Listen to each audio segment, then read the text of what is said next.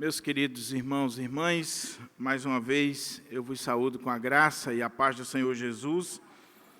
E convido a igreja para juntos abrirmos a nossa Bíblia na primeira carta de Paulo aos Coríntios. Nós vamos dar sequência à exposição que estamos fazendo da carta de Paulo aos Coríntios.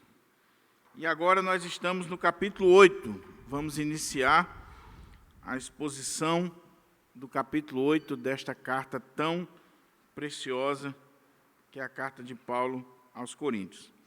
Então, 1 Coríntios, capítulo 8, nós vamos estar vendo todo o capítulo.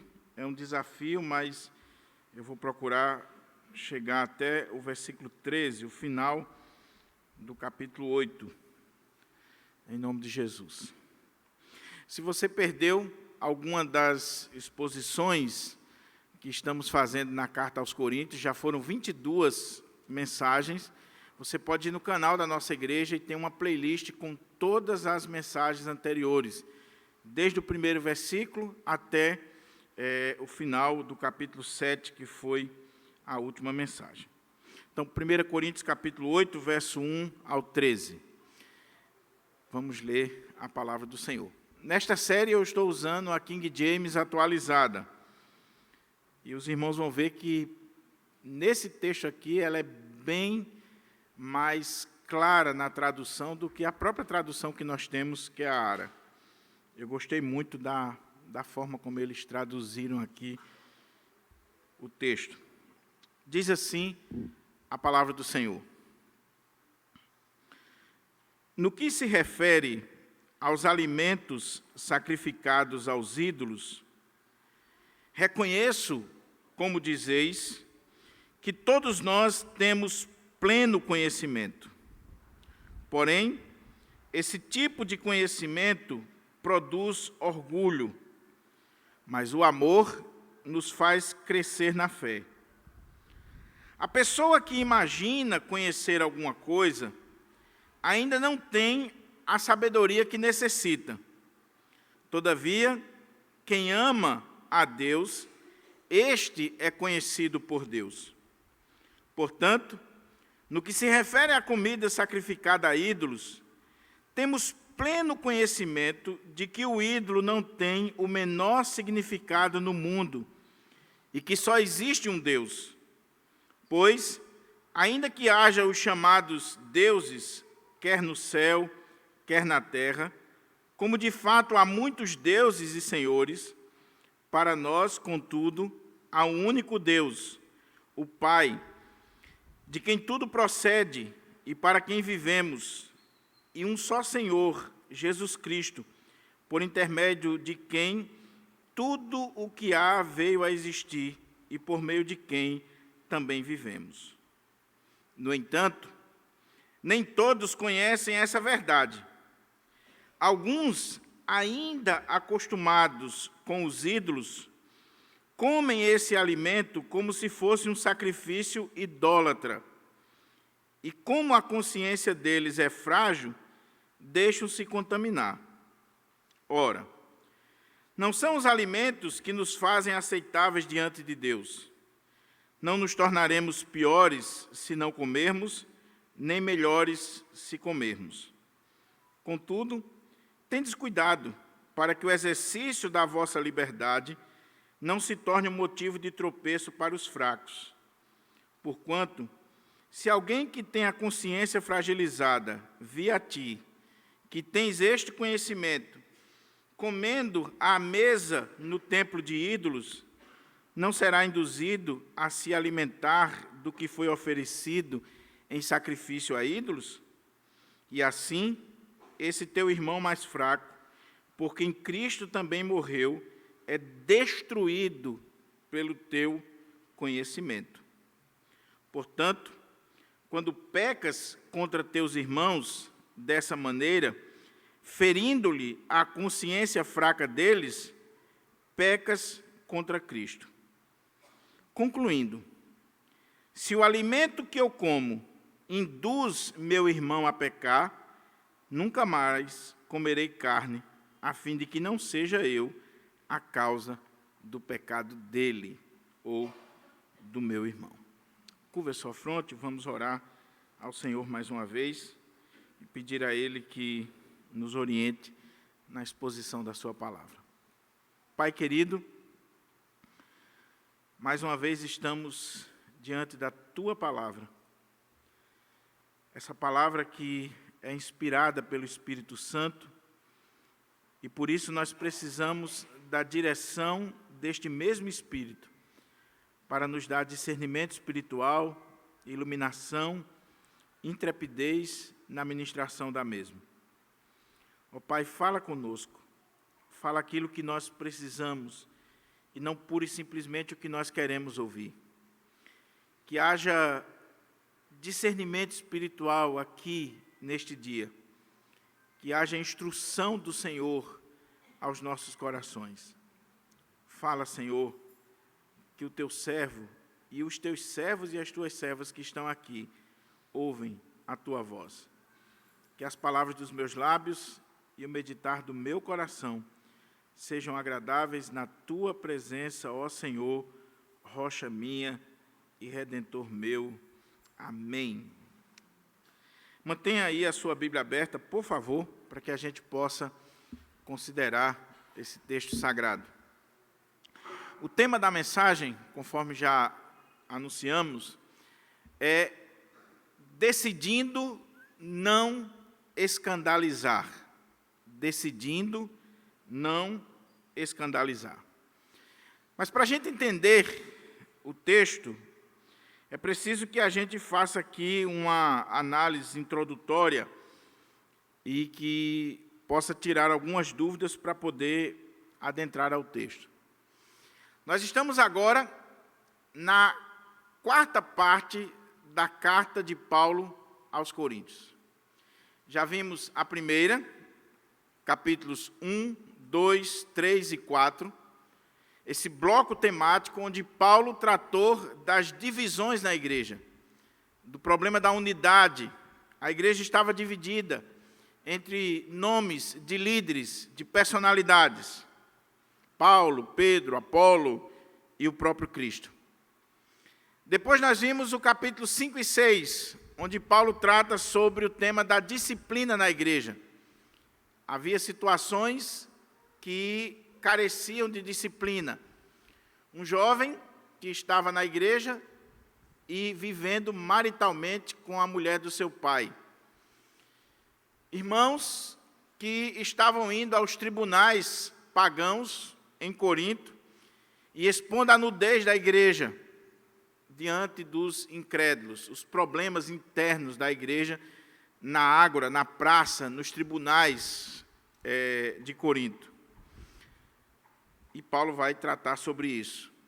Depois, nós vimos que Paulo trata sobre aqueles irmãos que estavam indo aos templos pagãos, e que tem a ver também com esse texto, e se prostituindo com as prostitutas cultuais do templo lá de Afrodite, de Apolo, e tantos templos que tinham em Corinto, e achavam que não tinha nada a ver.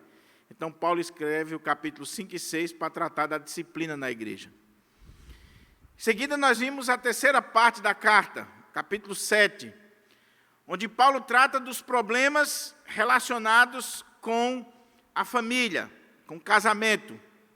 E ele trata sobre casamento, divórcio, novo casamento, solteirice, celibato, sexo no casamento.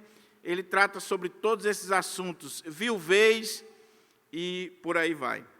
Paulo havia recebido uma carta dos irmãos da igreja de Corinto com várias perguntas sobre esses temas, e ele, no capítulo 7, ele responde a todas essas perguntas de forma muito clara.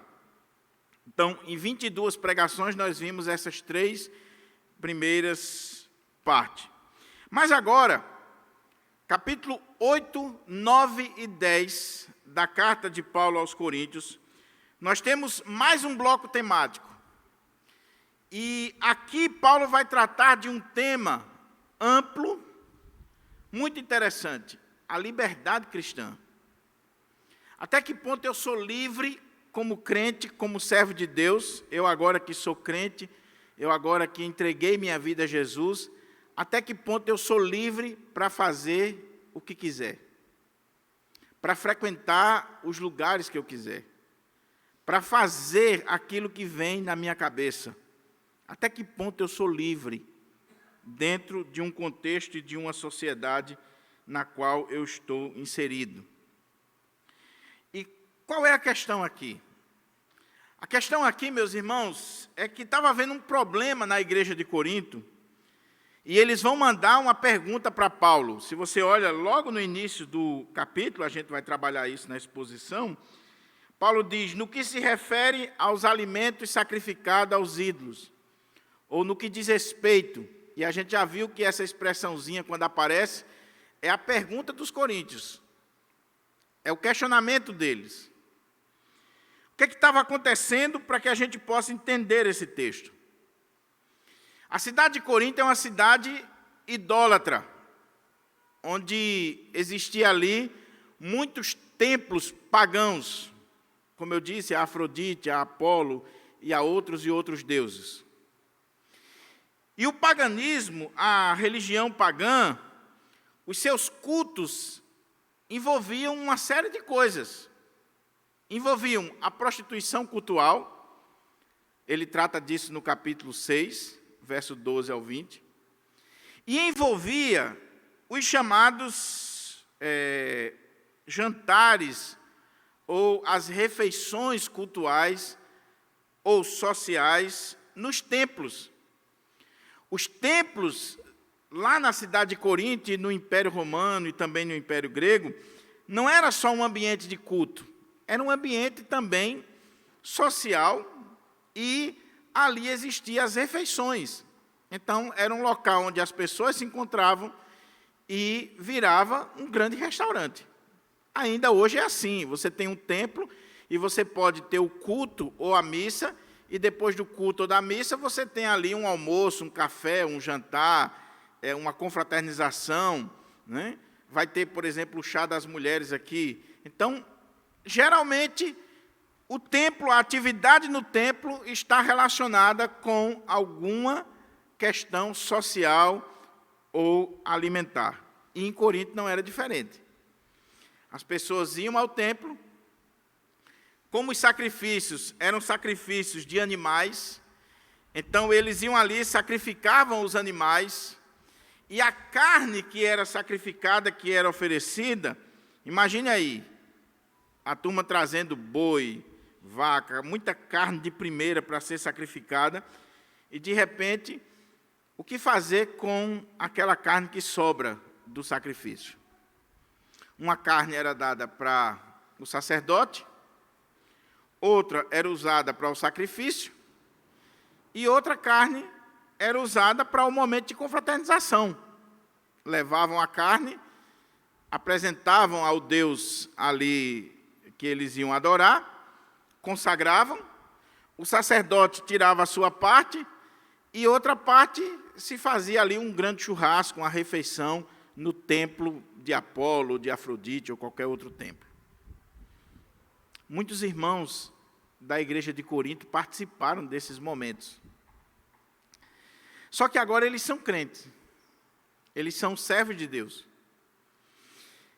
Mas, como eu disse, o ambiente do templo pagão é não só um ambiente religioso, mas social. Então, muitos membros da igreja de Corinto, principalmente a classe média, classe alta da igreja, porque os pobres não tinham essa vantagem toda, a maioria dos comentaristas vão por essa linha, eles fechavam muitos contratos comerciais naquelas reuniões sociais ali nos templos pagãos, naqueles encontros sociais. Só que está lá um irmão no templo pagão de Afrodite, a deusa do amor. Está ali um ambiente promíscuo, porque existiam as prostitutas cultuais, e ele está lá no meio, comendo daquela carne que acabou de ser sacrificada e oferecida àquele ídolo, àquela deusa. Fora isso, passou outro irmão da igreja de Corinto, de frente ao templo, novo convertido, fraquinho na fé, que está começando a dar os primeiros passos, e ele viu o pastor da igreja, o presbítero, o diácono, ou o irmão, ou uma irmã, lá dentro daquele templo idólatra, e comendo aquela carne. E ele conhece aquele ritual, ele sabe o que foi feito com aquela carne, e ele volta para casa escandalizado com o que viu. E ele chega em casa, só acontecia lá em Corinto, não acontece nos dias de hoje. E ele já comenta com a família: eu vi o pastor fulano, o presbítero fulano, em canto fulano de tal, com prostitutas, eu vi ele comendo comida sacrificada aos ídolos, eu vi ele sacrificando aos deuses pagãos, e aí? E a coisa começava a se espalhar, e aquele irmão estava escandalizado. Então a igreja manda uma pergunta para Paulo: Paulo, e agora? Como é que a gente trata disso? E Paulo vai escrever capítulo 8, 9 e 10 para tratar dessa questão da liberdade cristã, da maneira como eu me comporto na sociedade, do que eu preciso abrir mão por causa do escândalo, do tropeço. A palavra escândalo aí é tropeço. É fazer com que o meu irmão venha cair, venha tropeçar, venha abandonar a fé por causa de um comportamento meu, que sou forte, que tenho uma consciência mais elevada, que já entendi que não existe ídolo, que não existe nenhum tipo de Deus, além do Deus verdadeiro, e com essa minha atitude, com esse meu conhecimento, eu levei o outro irmão à queda. São 3 perguntas que Paulo trata nos 3 capítulos, muito interessante. Principalmente no capítulo 10, ele trabalha bem detalhado as perguntas. A primeira pergunta é: Paulo, eu posso comer a carne sacrificada aos ídolos no templo pagão? Não. Ele vai dizer que não.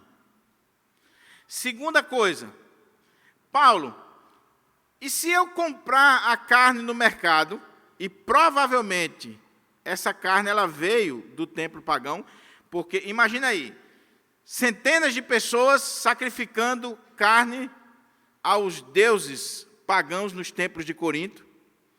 O sacerdote pegava aquela carne, que era o filé mignon, era muita carne. O que o sacerdote fazia? Ele repassava aquela carne para os açougues, para o comércio, para o mercado.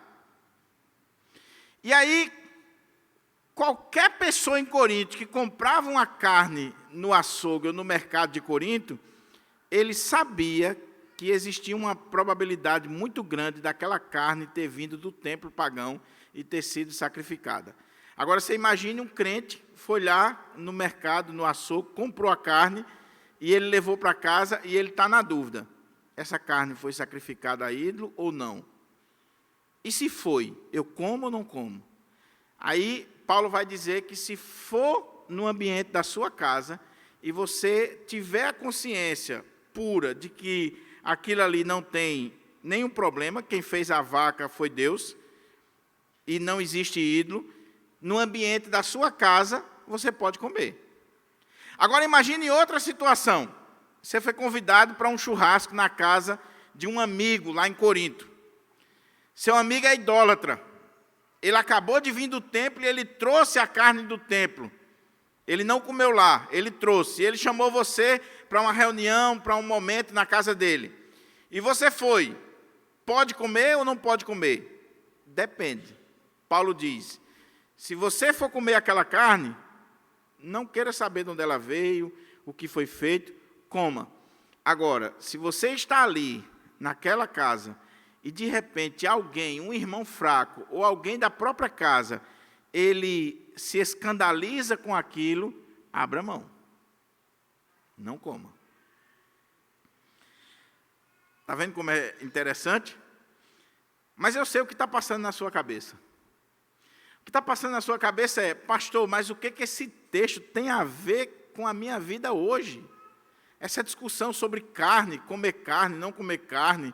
Eu sou até vegetariano, eu não como carne. O que tem a ver isso com a minha vida hoje? Tem tudo a ver, meu irmão. Porque, como eu disse, aqui nós estamos lidando de uma situação específica, mas que tem um princípio ético, teológico, por trás. A discussão é mais atual do que a gente imagina. Porque o grande ponto aqui é até que ponto vai a minha liberdade cristã. O que eu posso e o que eu não posso. E você vai ter de um lado os fortes, aqueles que têm conhecimento bíblico, teológico, aqueles que já têm uma caminhada na fé, que eles veem determinadas coisas e eles dizem, não tem pecado nenhum, não tem problema nenhum. E você vai ter outros que Paulo chama de fracos, é Paulo que está chamando, não sou eu, que por serem novos, por terem vindo do mundo recentemente, ele ainda vê determinadas coisas lá do mundo como sendo pagã, idólatra e coisas do inimigo. E quando ele vê o irmão mais forte fazendo, ele se escandaliza. Vou dar um exemplo para você. É pecado escutar música do mundo? Alguns vão dizer, não, qual o problema? Assim como eu leio uma poesia, eu posso escutar uma boa música. Eu posso escutar uma MPB, eu posso escutar um forrozinho pé de serra, eu posso escutar. Já vai ter irmão que veio do mundão, e que quando ele escuta aquela música, traz à memória dele toda a sua vida pregressa, e ele entende que aquela música é do mundo, não pode escutar, não deveria escutar. E quando ele entra no seu carro ou chega na sua casa e você está ouvindo a música, ele se escandaliza, ele já chama você logo de mundano. Fulano é mundano. Ricardo Gondim, na década de 90, ele escreveu um livro muito interessante, É Proibido o que a Bíblia permite e as igrejas proíbem. Foi um livro que bombou na década de 90. Falava sobre maquiagem, falava sobre uso de joias, falava sobre assistir ou não televisão, que era discussão na época, falava sobre música. E Ricardo Gondim diz que um dia um membro da igreja dele foi visitar ele em casa, foi visitar o pastor. E quando o membro viu na estante do pastor CDs de música mundana, Roberto Carlos e outro, o membro saiu espalhando na igreja que o pastor era mundano. Imagina aí. Mas vamos ver outra coisa. Tem irmão na igreja que olha e diz assim, qual o problema de eu tomar um copo de vinho? Ou até mesmo tomar uma cerveja. E esses que defendem isso, vão mais além, diz assim, Lutero tomava cerveja. Lutero dizia, duas coisas eu não me desamparo na vida. A Bíblia, que ele traduziu, e a cerveja de Wittenberg. Lutero era alemão toma cerveja. E aí o irmão diz, olha, qual é o problema de tomar uma cerveja? Mas o outro irmão que veio do mundo, ele olha e ele vê você tomando a cerveja e ele se escandaliza, para aquilo ali é um pecado mortal. Um show, uma peça de teatro. A questão é, até que ponto vai o limite da nossa ética? São coisas que a Bíblia não trata de forma clara, direta, mas que a gente precisa parar para refletir. Na década de 60, muitos pastores fumavam sem nenhum problema. Fumavam. Não se tinha a consciência que se tem hoje de que o fumo causa problema sério na saúde da pessoa. Mas para você ter uma ideia, o príncipe dos pregadores, amado por todos nós, Charles Spurgeon, fumava. Agora você não vai mais assistir os sermões de Spurgeon, não, né? Fumava. E ele parou de fumar charuto quando ele se tornou famoso e uma empresa começou a vender charutos usando a fama dele e a imagem dele. Ele parou. O que eu estou dizendo aqui, meus irmãos, é que existem temas, existem assuntos que diz respeito à ética cristã e que essa discussão do pode ou não pode, ela tem que estar baseada em princípios que Paulo vai defender aqui no capítulo 8, capítulo 9 e capítulo 10. E o texto começa a chegar mais próximo de nós do que a gente imagina. Então vamos ver aqui, capítulo 8. Eu vou tentar ser o mais objetivo possível para a gente chegar até o final deste capítulo. Então, no capítulo 8, Paulo vai iniciar a discussão. E ele vai chamar a atenção aqui dos fortes e dos fracos.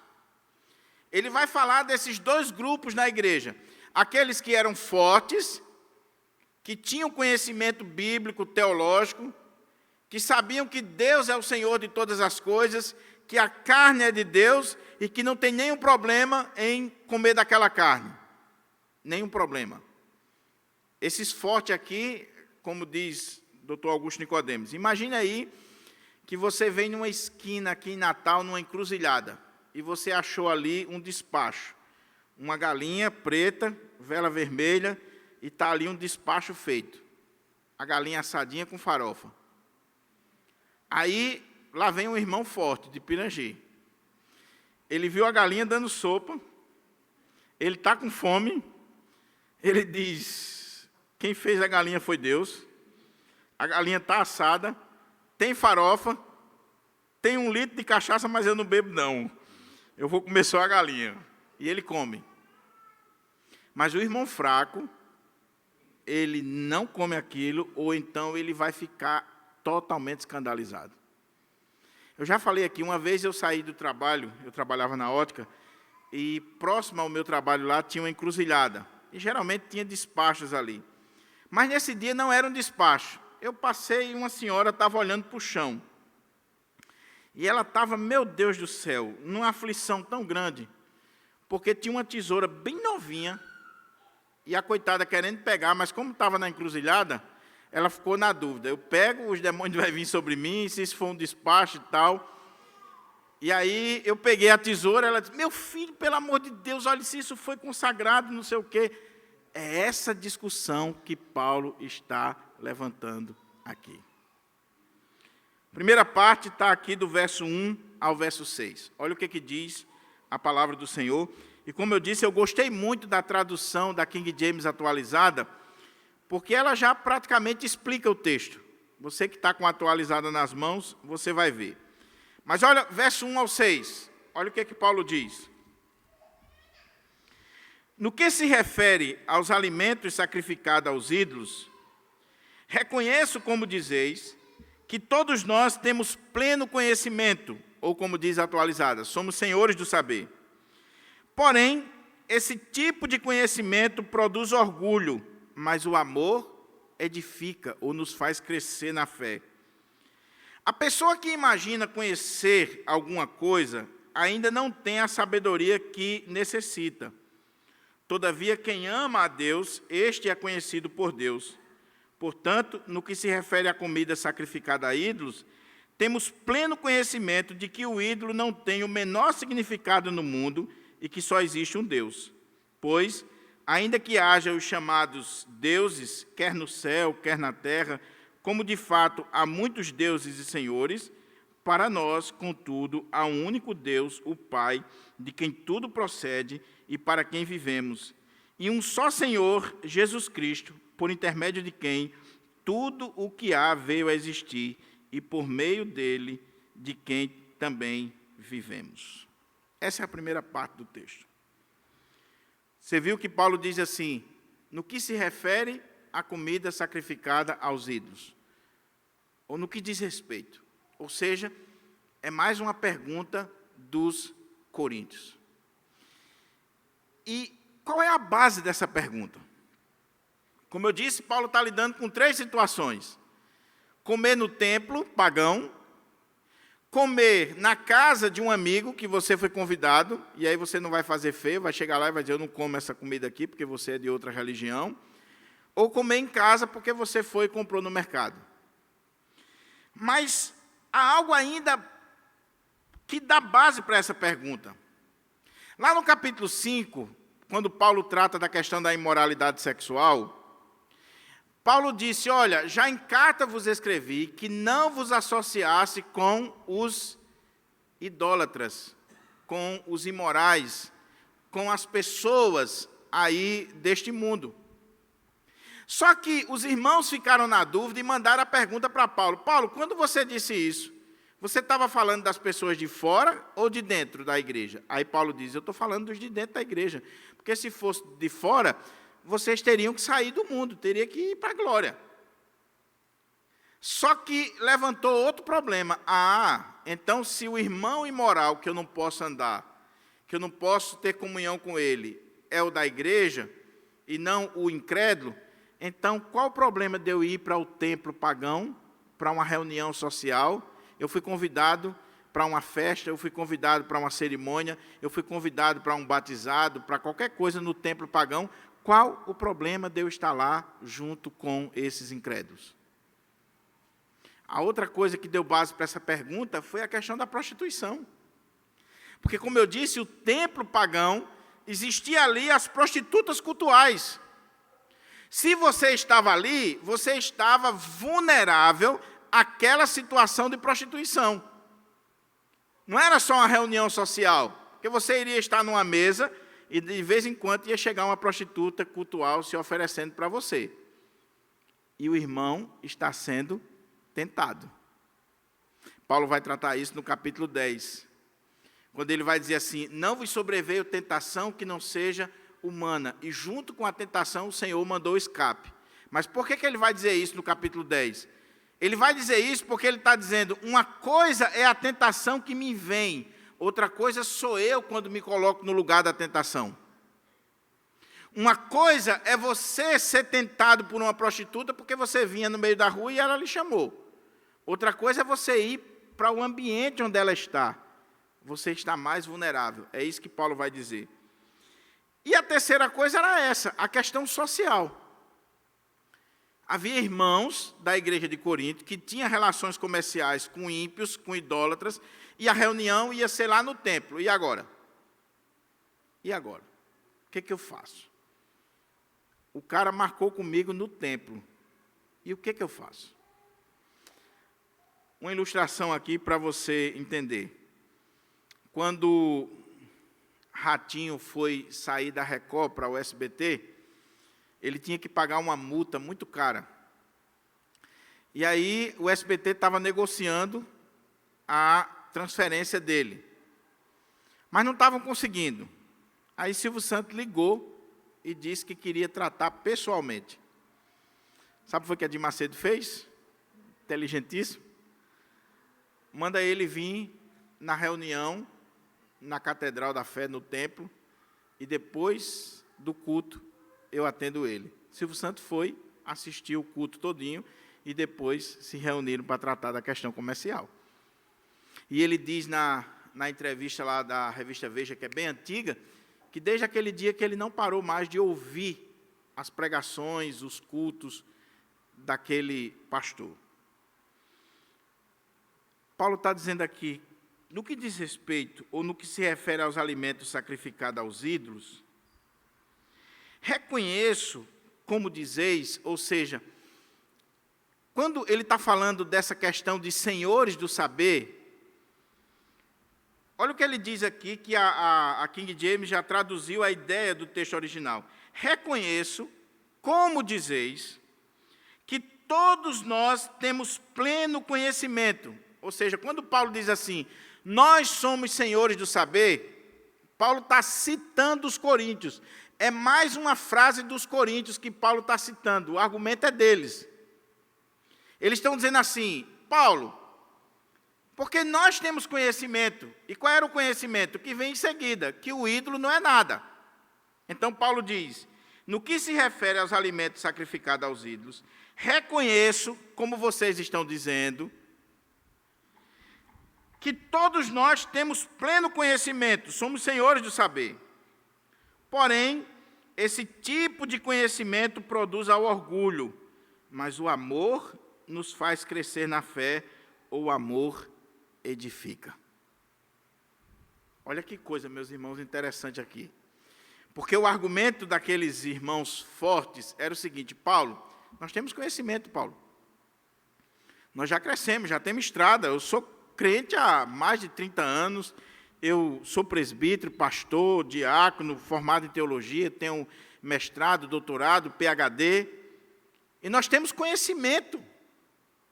E quando ele fala de conhecimento aqui, de gnose, ele está falando do conhecimento bíblico, teológico, que eles aprenderam do próprio Paulo, que ele vai dizer no restante, até o versículo 4.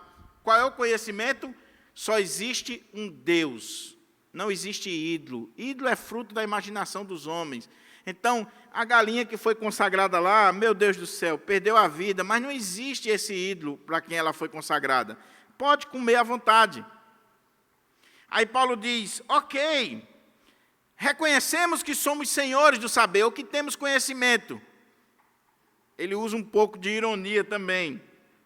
Porém, deixa eu dizer uma coisa para vocês. Esse conhecimento que vocês estão arrotando,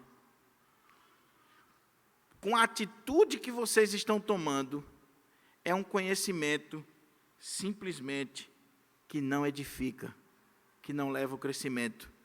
É um conhecimento que simplesmente produz orgulho. E a palavra orgulho aí é a palavra que é usada para inflar. É um balão inflado. Ele está dizendo assim, ok, vocês têm conhecimento, mas o conhecimento de vocês só está servindo para vocês se orgulharem, para vocês se colocarem acima dos outros, ficar como um balão cheio de ar. Veja que a palavra que Paulo utiliza mostra a ironia, porque um balão cheio de ar não tem nada, é só ar. Então ele diz, no que se refere aos alimentos sacrificados aos ídolos, reconhecemos, como dizeis, que todos nós temos pleno conhecimento. Ok, porém, esse tipo de conhecimento que não é banhado no amor, que não tem a base do amor, como ele vai dizer, produz orgulho, faz um coração inchado, presunçoso, mas o amor é que faz a edificação, o crescimento. O que Paulo está dizendo? Meu querido irmão, no conjunto das virtudes, o amor é mais importante do que o conhecimento, precede o conhecimento. De que adianta você dizer que conhece a Bíblia, que sabe da Bíblia, que é doutor em Bíblia, que conhece toda a doutrina, mas você não ama. Esse conhecimento simplesmente faz você se orgulhar, se colocar no pedestal, porque eu sou melhor do que os outros, eu sei mais do que os outros. Ah, esse irmãozinho que está escandalizado aí, coitado, é porque não sabe de nada de Bíblia, não conhece Bíblia, não conhece teologia, não conhece de cultura, de história, e fica se orgulhando disso. Paulo diz, esse conhecimento de vocês é um conhecimento que leva ao orgulho, mas vocês deveriam buscar o amor que edifica, que busca o crescimento, que se importa com o outro. Paulo já está começando a preparar o caminho para o capítulo 13 do amor, onde ele vai dizer que de que adianta você falar línguas, profetizar, distribuir os seus bens, se você não tiver amor, não vale nada. De que adianta você ter toda a ciência, todo o conhecimento, se não tiver amor, não vale absolutamente nada. Então, o que estava acontecendo? Aqueles irmãos que se achavam doutores em Bíblia, estavam escandalizando os mais simples, os mais humildes, os analfabetos da igreja. E Paulo está dizendo, para que esse conhecimento, meu irmão? Esse conhecimento de vocês não vale absolutamente nada, a não ser para provocar orgulho no coração. Eu sei, eu sou. Eu tomo a minha cerveja e eu tenho consciência diante de Deus que eu não estou pecando, até porque Lutero também fazia, e Deus usou Lutero, né? O miserável só imita a cerveja de Lutero. Agora, as 4 horas de oração de Lutero, ele não quer imitar. A cerveja ele imita. Paulo diz, cuidado com esse conhecimento. Busca o amor. Caminhe pelo caminho do amor, porque o amor edifica. Aí ele vai mais fundo. Por isso que eu disse que eu tenho que me controlar aqui, porque senão eu não vou conseguir chegar ao final. Mas ele diz assim, a pessoa que imagina conhecer alguma coisa, ainda não tem a sabedoria ou o conhecimento que necessita ou que pensa que tem. O que Paulo está dizendo? Meu irmão, você está se achando assim, doutor em Bíblia, que conhece a palavra, que conhece doutrina. Você está se colocando assim num pedestal? Se você não tem amor, se você não busca a edificação da igreja, a edificação do irmão, o crescimento da obra de Deus, se o conhecimento que você tem é um conhecimento que você não está preocupado com as suas atitudes e as consequências das suas atitudes, seja na igreja, seja lá fora, você não está nem aí se vai rachar a igreja, se vai prejudicar seu irmão vai se desviar, você não ama, você só quer mostrar que você tem razão e que você conhece. Ele está dizendo, você não sabe de nada. Que conhecimento é esse? Você não alcançou ainda o conhecimento necessário. Você acha que tem, você imagina que tem. Você pensa que tem conhecimento, mas quando esse conhecimento não está banhado, alicerçado no amor, você simplesmente imaginou que tinha conhecimento, mas você não tem, você tem orgulho, você é orgulhoso, presunçoso, um balão, um coração cheio. Eu lembro aqui de um colega que, quando ele terminou o seminário, ele foi designado para uma congregação simples, humilde. E quando ele chegou lá, ele já tinha trabalhado na congregação como seminarista, e ele tinha barba e bigode, barbona grande. E a congregação estava para ser organizada igreja, e quando foi no concílio para uma igreja batista, quando foi no concílio para avaliar o pastor, boa parte dos irmãos não queriam o pastor porque ele tinha barba. E o pastor ficou muito irado. Recém-formado, quando você sai de seminário, você acha que é o bambambam, que você quer ensinar todo mundo. E ele foi conversar com o Dr. Russell Shedd. Disse assim, Dr. Shedd é quem tinha mandado ele para lá, tinha indicado o nome dele. Ele disse que chegou e disse, Dr. Shedd, estou entregando a igreja. Disse, por quê? Não quero saber mais daquele povo, não. O povo, por mais que você ensine, um povo que não cresce, não aprende, não desenvolve. Olha, a discussão lá agora é a minha barba. E eu não vou tirar a barba de jeito nenhum.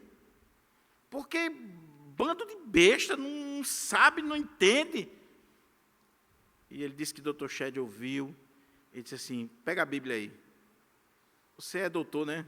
Você acabou de se formar, conhece grego, hebraico. Lê aí 1 Coríntios 8, verso 2. O conhecimento ensoberbece, o amor edifica. E ele disse que leu uma vez, leu duas, e Dr. Shedd fez uma pergunta básica para ele. Você quer ir para ali, para mostrar a esse povo que você tem razão, que você tem conhecimento, e que a barba não tem nenhum problema? Ou você quer ir para ali, para amar esse povo, para edificar esse povo, para ver esse povo crescer na fé? O que você quer fazer ali? Ele disse que foi embora chorando. No outro dia, o rosto dele estava igual um bumbum do neném.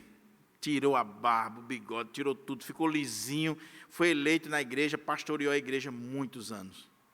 Aí vai ensinar, vai instruir a igreja. É isso que Paulo está dizendo aqui. Então, cuidado com esse conhecimento que você tem, que não visa a edificação, o amor, o cuidado com o outro, a vida do outro. Cuidado com isso, meu irmão. Cuidado com isso. Você ganhou a discussão, você ganhou o debate, você ganhou no conhecimento, você mostrou que a outra pessoa estava errada, mas e os estragos? E os estragos? Para a vida do outro, para a vida da igreja, para a sua própria vida, para o seu próprio testemunho. Eu estava ouvindo Augusto Nicodemos vendo esse texto, Eu sempre gosto de ler os comentários, de estudar, ver as pregações que tem no YouTube. E ele disse que quando foi pastorear em Pernambuco, no início do ministério dele, não era nem ordenado ainda, uma cidadezinha pequena, do interior, né?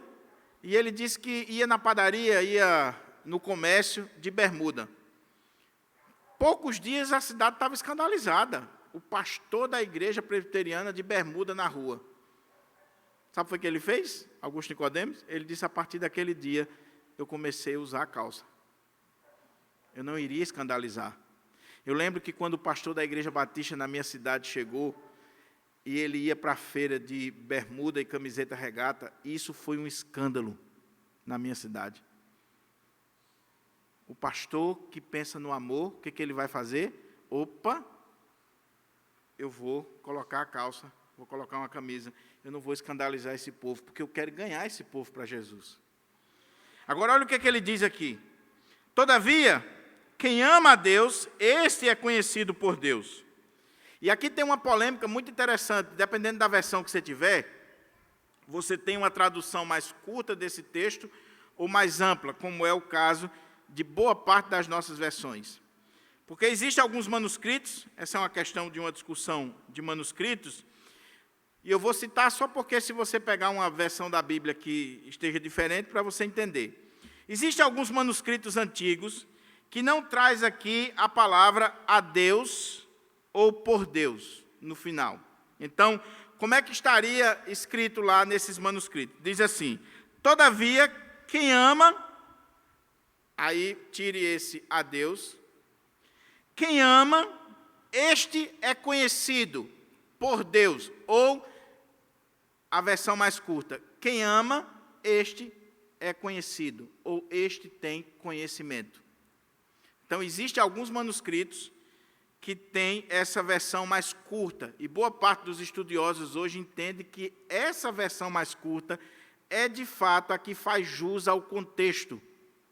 Porque a discussão de Paulo aqui é, quem ama é quem, de fato, tem conhecimento. Mas boa parte das nossas versões, elas seguem outros manuscritos que dizem assim, quem ama a Deus, este é conhecido por Deus, que foge um pouco do contexto. Fica um negócio assim, qual a ligação que isso aqui tem com o contexto? Então, a ideia é duas possibilidades. A primeira, se eu entender na versão mais curta, eu estou dizendo assim, o que Paulo está dizendo? Se você ama, você tem conhecimento. Quer fazer o teste se você tem conhecimento? Se o seu conhecimento vale alguma coisa, você ama, então você tem conhecimento. A outra possibilidade é o que Paulo está dizendo, é que se você ama, você não só tem conhecimento, e aí é uma discussão gramatical que eu não posso entrar em detalhes, mas é que essa palavra conhecimento aqui, ela está na língua grega na voz média ou passiva. Então, se for na voz média, eu tenho conhecimento. Se for na voz passiva, eu sou alvo desse conhecimento, que seria de Deus. O que ele está dizendo é, se você ama, você é conhecido por Deus. Ou, se você ama, você tem conhecimento. Aí fica para os irmãos decidirem. Mas o ponto de Paulo aqui é, qual a base do seu conhecimento? É amor? Porque se você ama, você não só é conhecido por Deus, mas você prova que tem o conhecimento de verdade. Aí ele entra no ponto dos fortes. O que ele diz dos fortes aqui? Porque no que se refere à comida sacrificada a ídolos, temos pleno conhecimento de que o ídolo não tem o menor significado no mundo e que só existe um Deus.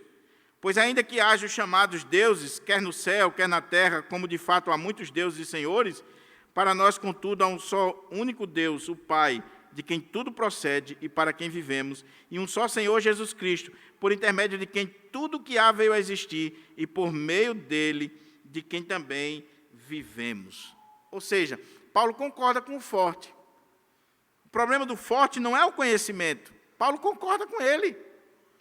Paulo está dizendo, de fato, nós sabemos que só existe um Deus, naquela situação lá, da discussão de Corinto. Só existe um Deus, o Pai. E só existe um Senhor, Jesus Cristo. Então, não tem problema com isso. Só existe um Deus. Agora,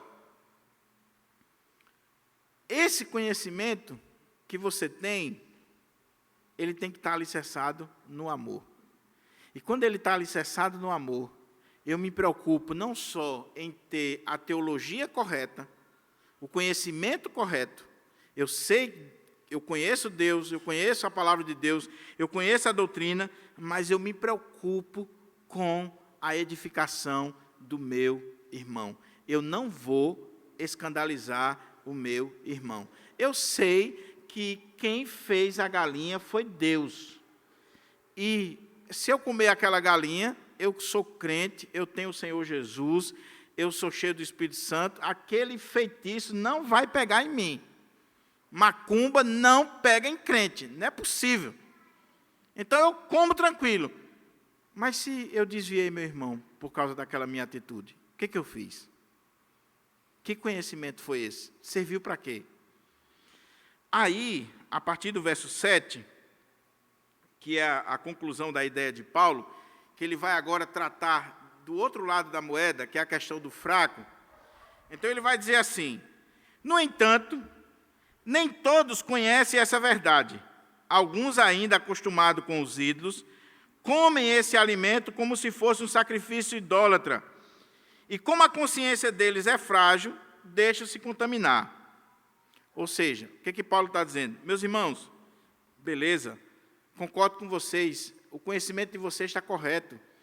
Só existe um Deus, só existe um Senhor, não existem esses deuses pagãos. Agora, existe membro na igreja que não tem esse conhecimento, que a consciência dele ainda está contaminada com o passado dele. Ele não tem essa ciência que você tem. Nem todos conhecem essa verdade. Aquele irmão da igreja que acabou de chegar, que ainda está tomando leite, ele acha que aquela carne que foi sacrificada ao ídolo, aquilo ali tem uma influência negativa, porque ele viveu lá, ele fez aqueles sacrifícios. Então, no entanto, nem todos conhecem essa verdade. Alguns estão acostumados com os ídolos, comem esse alimento como se fosse um sacrifício idólatra. Vamos trazer para cá. E, por favor, meu irmão, eu vou usar uns exemplos, porque eu tenho que usar para chocar mesmo. Mas aqui é pode ou não pode, aí a questão é sua, diante de Deus. Mas vamos lá. Um irmão da igreja entende que não é pecado beber uma cervejinha ou tomar um uísque. Aí ele toma. Só que tem outro irmão da igreja que veio lá do mundo e que era alcoólatra. E que na cabeça dele, e principalmente no contexto brasileiro, no contexto evangelical brasileiro, influenciado pelo pentecostalismo, crente, o que é um crente? Não bebe, não fuma, não joga, não vai à festa. Então, aquele irmãozinho que veio do mundão e que entende que beber é algo que não faz parte da vida de um crente, ele se escandaliza. E não tem como você mudar a cabeça dele, meu irmão. Não tem como. Ele não vai entender. Porque na cabeça dele, bebida está associada com festa, que está associada com mulher, que está associada com prostituição. Ele não tem esse conhecimento que você tem de que, não, eu vou tomar aqui só uma dosezinha. Eu não bebo não, viu, irmão? Por favor. Eu estou só levantando a discussão. Mas veja outra situação. Lá em Recife, a turma foi para um restaurante lá, pastores, seminaristas, e aí estavam discutindo lá sobre futebol. Se fosse aqui, era ABC e América, né? E a turma está discutindo lá futebol. Os pastores, seminaristas, uma mesa grande, lá discutindo. O garçom, crente, só que ninguém estava de paletó e gravata, estava todo mundo de bermuda, camiseta. Aí o garçom veio, aí um dos pastores disse assim: e aí, irmão, você torce para qual time? Ele disse: não, quando eu era do mundo eu gostava dessas coisas, mas hoje eu aceitei Jesus, sou um servo de Deus. E já começou a pregar. Os caras disseram: ninguém diz que aqui é só pastor presbiteriano, fica todo mundo calado. E o irmão pega Bíblia e pega pregar. A consciência dele, ele não tem essa consciência lá de fora. Então, Paulo está dizendo, cuidado, porque nem todos têm esse conhecimento. Ora, aí Paulo vai dizer assim, ora, não são os alimentos que nos fazem aceitáveis diante de Deus, não nos tornaremos piores se não comermos, nem melhores se comermos. Contudo, tendes cuidado, para que o exercício da vossa liberdade não se torne um motivo de tropeço para os fracos. O que Paulo está dizendo? Meu irmão, se eu comer, ok. Se eu não comer, também. E aí? Eu posso abrir mão, eu sou livre. Meu irmão, você gosta de tomar uma cervejinha, não gosta? Mas se você tomar, tem algum problema? Não. Mas se você não tomar, vai ter algum problema também? Não. Então por que você não abre mão em prol do testemunho do Evangelho e da vida do outro? Para não escandalizar o outro. É o que Paulo está dizendo aqui. Lembra do testemunho de Spurgeon? Spurgeon fumava.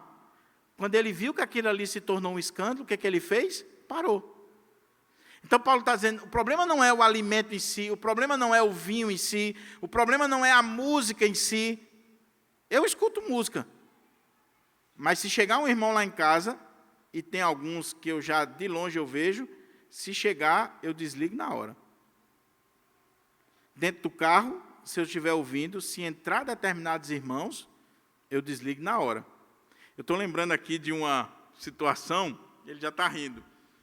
Uma vez nós fomos buscar o pastor Hernandes, veio pregar aqui na igreja, e um colega que estava junto comigo foi buscar, quando ele ligou o carro, pá, uma música sertaneja assim, e quanto mais ele tentava baixar a música e desligar, mais aumentava o volume.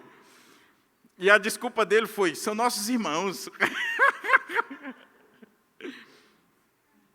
pastor Hernandes não se escandalizou, nem reverendo Augusto Nicodemo se escandalizava, mas pode ser que um outro irmão se escandalize. Se o outro irmão se escandaliza, o que eu vou fazer? Eu vou desligar o som, eu não vou usar. Senão vai acontecer igual um colega meu, que é funcionário da Assembleia de Deus, e o pastor Santana, que era o presidente na época, desceu e disse assim, fulano, você vai me deixar em casa hoje. Ele tem motorista, o presidente da igreja, mas é você que vai me levar. Ele disse, ô pastor, meu carrinho simples e tal. Eu disse, não, mas eu quero ir com você, você vai me levar. Ele disse que assim que o pastor Santana entrou no carro, a primeira coisa foi, liga o som que eu quero ver o que você anda ouvindo. A sorte dele é que estava no CD da harpa. Foi a sorte. Mas aí ele me contando essa história, aí o menino dele disse, eita papai, imagina se fosse aquele CD de forró que o senhor gosta. Vamos lá, para a gente caminhar aqui para a conclusão. Ora, não são os alimentos que nos fazem aceitáveis diante de Deus. Não nos tornaremos piores se não comermos, nem melhores se comermos. Contudo, tendes cuidado, para que o exercício da vossa liberdade não se torne um motivo de tropeço para os fracos. Porquanto, se alguém que tem a consciência fragilizada via ti, que tens este conhecimento, comendo à mesa no templo de ídolos, não será induzido a ser alimentado do que foi oferecido em sacrifício aos ídolos, e assim este teu irmão mais fraco, por quem Cristo também morreu, é destruído pelo seu conhecimento. Olha que coisa, meus irmãos. Paulo está dizendo, e quando chegar no capítulo 10, aí é que ele vai arrochar a coisa. Porque ele está dizendo assim, olha, esse seu conhecimento, pensa aí, você entende que essas coisas não são pecados, e você consegue provar isso biblicamente, você sabe, a Bíblia não trata. Onde é que está na Bíblia isso? Não está. Se não está na Bíblia, meu irmão, eu só creio na Bíblia. A Bíblia é a única regra de fé e prática. Ok, não está na Bíblia. Tem assuntos que não estão na Bíblia, temas de ética que não estão na Bíblia. Mas, por causa desse conhecimento, eu levei o meu irmão fraco à queda. Por quê? O que aconteceu aqui? O que Paulo está imaginando? Imagina aí, o irmão passou de frente ao templo de Apolo, ou de Afrodite. Aí viu o irmão da igreja lá, no churrasco, na churrascada pagã. Aí ele disse, rapaz, se o pastor Diogo pode, eu posso também. Se o irmão fulano pode, o presbítero, o diácono, aquele irmão que é pregador, que dá aula na escola dominical, está ali, então não tem nenhum problema não. Aí ele foi. Ele entrou no templo e ele comeu. E quando ele comeu, a consciência dele, como ele é fraco, acusou ele. Ele voltou para casa perturbado. Ele ficou doido com aquela situação, porque ele começou a lembrar de que aquilo ali era sacrificado a demônios, que aquilo ali não era correto. Ou então ele começou a ser tentado, de repente as prostitutas ali começaram a dar em cima dele, e ele começou a ficar aperreado, porque ele veio do mundão e ele sabe. Ele sabe. Ou então aquele irmão que estava abstêmico, que estava saindo do mundo, por causa dessa atitude, ele caiu. Aí Paulo disse, o que você fez com o seu conhecimento? Você destruiu o seu irmão, a fé do seu irmão. Não é que ele vai deixar de ser salvo, não, mas você destruiu ele. Quer um exemplo bem prático? Sua festa de casamento. Ah, não, tem que ter bebida. Vai ter bebida? Ok, meu irmão. Sem problema algum. Eu não faço casamento com bebida. Agora, eu conheço vários casos de irmãos que teve bebida, tem bebida lá. Eu vou dizer que ele está no inferno? Não sou doido, não. Agora, eu conheço casos de pessoas que em casamento de crente voltou a beber e foi para o mundão, porque fazia anos que não bebia, e lá na festinha do irmão, ele tomou uma dose, e o cara que é alcoólatra, ele não fica numa dose. Tomou a dose, esquentou as orelhas, tomou a segunda, a terceira, daqui a pouco foi para o mundão. E uma vez eu estava conversando com uma pessoa, e a pessoa defendendo, não, mas na minha festa teve bebida, e não sei o quê, e os irmãos tomaram um coquetelzinho, não teve nenhum problema, papapá, papapá. Aí um irmão que estava do lado disse assim, você está por fora. Fulano de tal, que foi convidado para a sua festa, que é da minha família, naquele dia voltou ao alcoolismo. Eu nunca lhe disse isso, me perdoe, mas naquele dia voltou ao alcoolismo. É o que Paulo está dizendo aqui. Cuidado para o seu conhecimento não destruir a vida do irmão. Eu vou julgar você, meu irmão, se eu passar e ver você no Teatro Riachuelo ou em qualquer lugar, num show de Roberto Carlos, eu não vou julgar você não, é você e Deus. E eu, pessoalmente, até entendo que você não está pecando, não.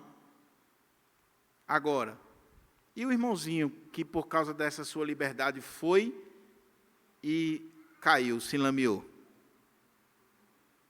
Então, se eu não fosse crente, se eu não fosse principalmente pastor, eu não teria nenhum problema de ir para um show de Roberto Carlos, com a minha esposa, sentar lá e escutar. Agora, você sabe por que eu não vou?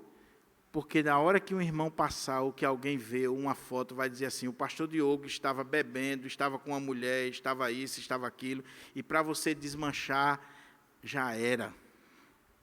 É o que Paulo está dizendo aqui, cuidado para você não destruir a fé do outro, para você não destruir a consciência do outro. Ele é fraco, ele está começando, ele não tem como ter essa postura que você tem. Ele é fraquinho, ele é fraco. Quando eu era missionário no Guarapes, a gente sempre fazia feijoada, fazia festa da igreja. E um dia um colega levou uma garrafa de vinho. E quando minha mãe viu, ela me chamou a atenção por causa daquilo ali. Na hora eu não entendi. Fiquei bravo com minha mãe. E ela disse assim, meu filho, principalmente você que é o pastor, não admita isso num evento que você está organizando e você nem toque nessa garrafa. Passou os anos. O irmão da granja, onde estava sendo feita a festa lá, e que outro irmão tinha levado bebida, aquele irmão, naquele dia, escondido da gente, quando foi lá dentro, ele tomou uma. Ele era alcoólatra. Irmãos, esse rapaz está desviado até hoje. Voltou à bebida. A gente não pode brincar com determinadas coisas. Tudo me é lícito, mas nem tudo me convém. Tudo me é lícito, mas eu não me deixarei levar por nenhuma dessas coisas. Poderia citar outros exemplos aqui.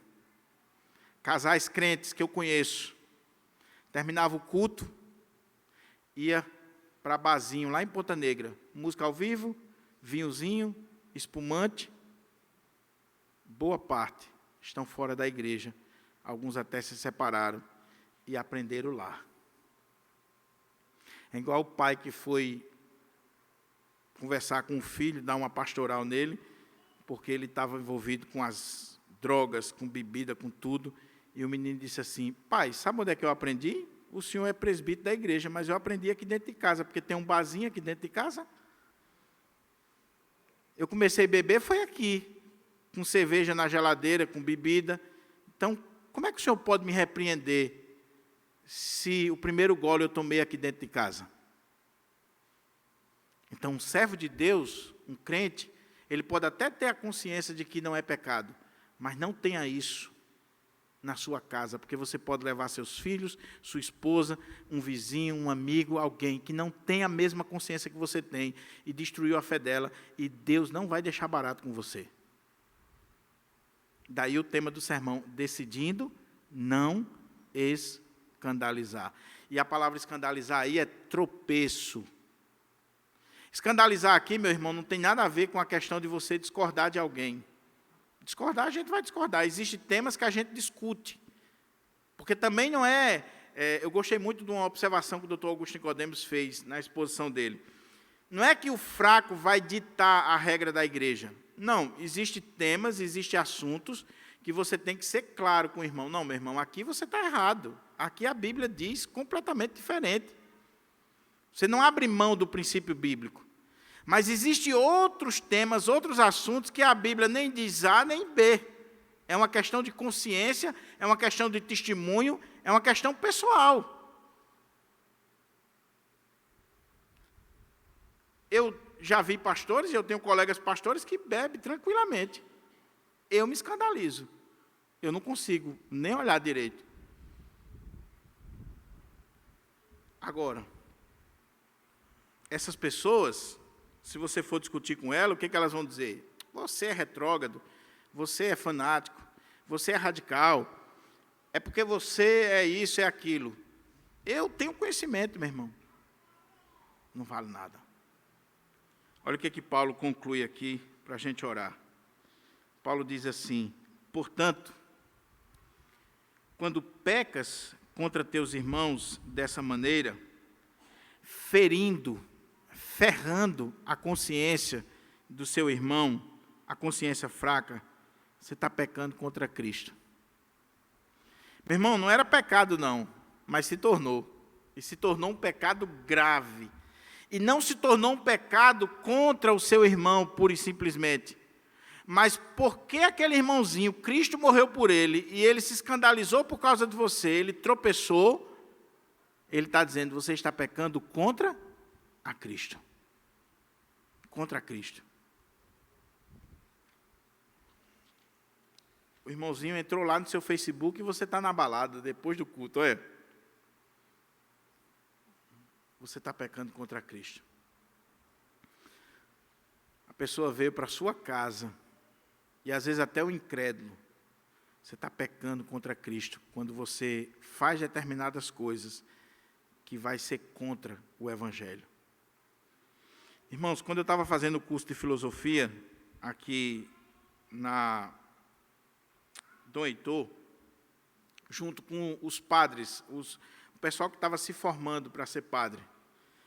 E eu comecei, ainda fiz uns 2 semestres, eu e Diego.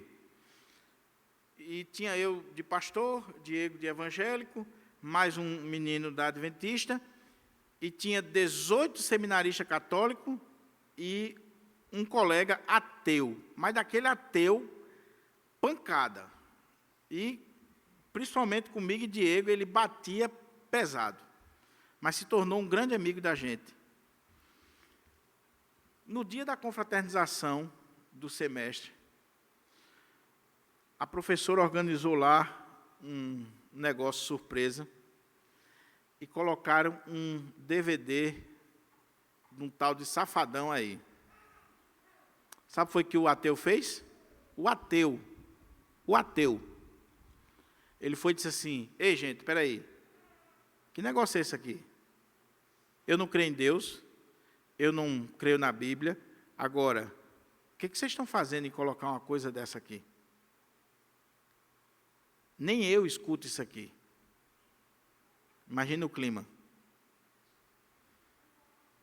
Imagina o clima. Paulo conclui dizendo assim, concluindo, se o alimento que eu como induz meu irmão a pecar, nunca mais comerei carne, a fim de que não seja eu a causa do pecado, ou do escândalo, ou do tropeço na vida do meu irmão.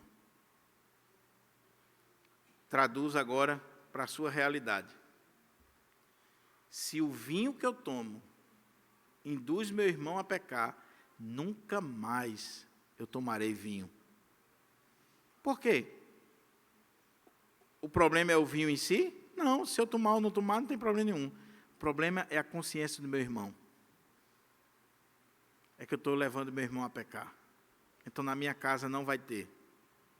Na minha casa não vai ter. É o crente que, ele é crente, aí os parentes vêm. Aí se os parentes vêm, tem música do mundo, tem bebida, tem tudo, os caras fazem o forró. Você podia dar um testemunho tão bom, meu irmão, dizer assim, rapaz, aqui não. Aqui não. A festa de casamento, como eu disse. Por que a sua festa de casamento tem que ter bebida? Porque vai vir os incrédulos? Quando você vai para a festa de casamento deles, eles contratam uma banda evangélica só porque você vai que é evangélico? Eles dão Bíblia de presente para os convidados só porque você foi? Às vezes os incrédulos são mais coerentes com a sua postura do que a gente. O que Paulo está dizendo aqui é, cuidado com o escândalo, meu irmão. Cuidado com o escândalo. E são N coisas, meus irmãos, para a gente orar. Aqui tem a ver com tantas coisas, que é esse terreno da ética cristã. Eu falei de bebida ou de música porque é o mais tradicional das nossas igrejas. Mas aqui tem N coisas que você pode abrir mão por causa do Evangelho. É o pastor que não vai andar de bermuda no interior porque lá escandaliza. É o outro pastor que na igreja os irmãos se escandalizam se o pastor usar barba. Eu vou tirar a barba, qual o problema? Eu vou procurar ganhar esses irmãos para Cristo. Eu não vou criar impedimento à obra do Senhor. Que Deus nos dê sabedoria. Que Deus nos ajude. Que o conhecimento que a gente tem da Bíblia seja um conhecimento que gere edificação e não destruição na vida dos irmãos. No dia que você olhar para o conhecimento que você tem e para as suas atitudes, e a sua atitude não é edificação, jogue esse conhecimento no lixo. E pode ser o conhecimento legítimo, conhecimento bíblico, teológico, mas não está valendo nada. Paulo disse, eu abro mão. Sabe por que abre mão, irmãos? Porque é livre. E se você não conseguir abrir mão, aí é que a coisa piorou. Sabe por quê? Se você me disser que você não consegue abrir mão do seu copinho de vinho por causa do irmão fraco, é porque você já se tornou o quê? Viciado. É porque você já caiu na escravidão. Você é um escravo daquilo. Spurgeon fumava, largou. Outros irmãos largaram outras práticas. Se você não tiver condições de pegar o CDzinho lá, ou então de cancelar a sua ida ao show, porque escandaliza o irmão, é porque aquilo ali já tornou você um escravo. Então, eu gosto de ouvir Roberto Carlos, eu gosto de ouvir outras músicas, eu gosto. Forrozinho pé de serra, e agora eu tenho a Alexa, quando eu quero relaxar um pouco, eu digo, Alexa, forrozinho pé de serra. Fala mansa. Aí, tá, começa a tocar. Mas se chegar um irmão Sebastião ou Maria lá em casa, eu digo, Alexa, desliga. Desliga. Não toca mais não, Alexa, para não escandalizar o irmão. E outra coisa, eu boto baixo, que é para o vizinho não achar que o pastor está bebendo cachaça ou está fazendo aquilo outro. Porque eu não sei da consciência do meu vizinho. Que Deus nos ajude. Que Deus aplique a sua palavra no nosso coração. Vamos ficar de pé?